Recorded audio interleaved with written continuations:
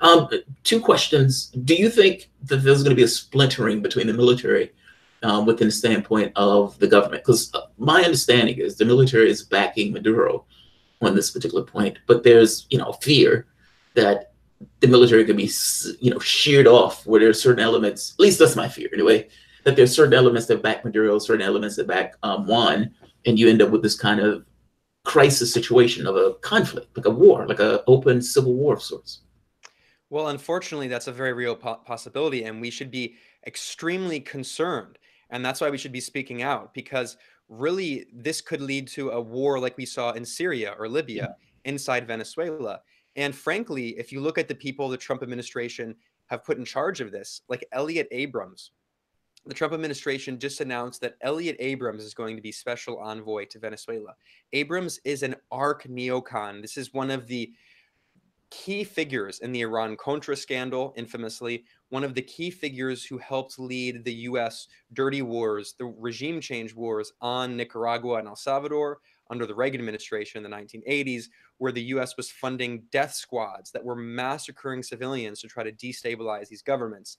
This is also a figure, Elliot Abrams, who supported the U.S.-backed uh, Guatemalan military junta, which committed literal genocide. The United Nations said that the US backed Guatemalan military regime committed actual genocide, murdering Maya indigenous people in the name of defeating communism.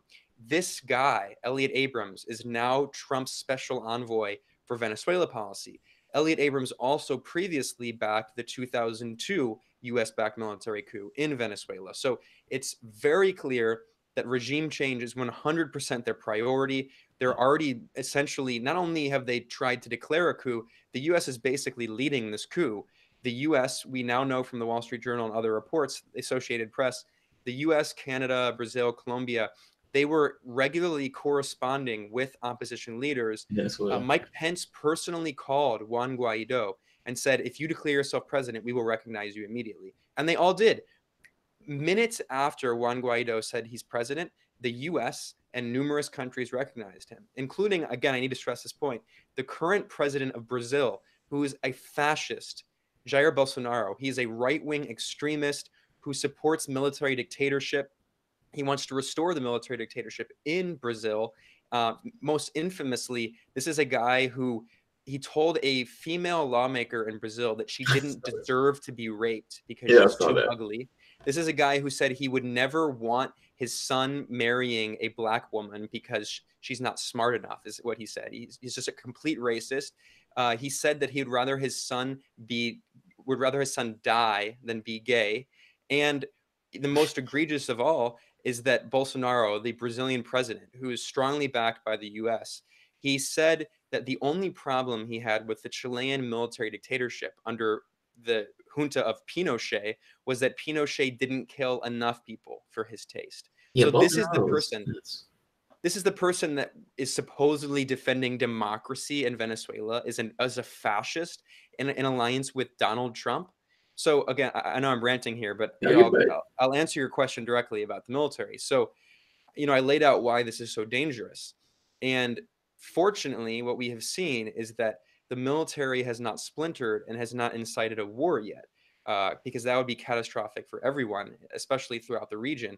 It would lead to something like Syria, where you have hundreds of thousands of people killed, millions of people become refugees. And Donald Trump is doing all this anti-refugee and anti-immigrant rhetoric. It's a huge part of his campaign, but he's going to create more and more refugees and immigrants by fueling this instability and chaos and a potential war inside a country with 32 million people in Venezuela. This is a huge country, and it's it's very close to the US, unlike Syria, which is on the other side of the planet. So we haven't seen major military defections, but reporting like this Wall Street Journal report and other mainstream media reports have shown that Trump administration officials are trying to encourage rank and file troops from the Venezuelan military to defect and to essentially join the opposition and wage war against the state, which is how the war in Syria began. The US and Saudi Arabia and other countries were encouraging people from the Syrian Arab army to leave the army and to take up arms against the state and create the so-called Free Syrian Army. So fortunately, the situation in Venezuela has not militarized to that degree yet.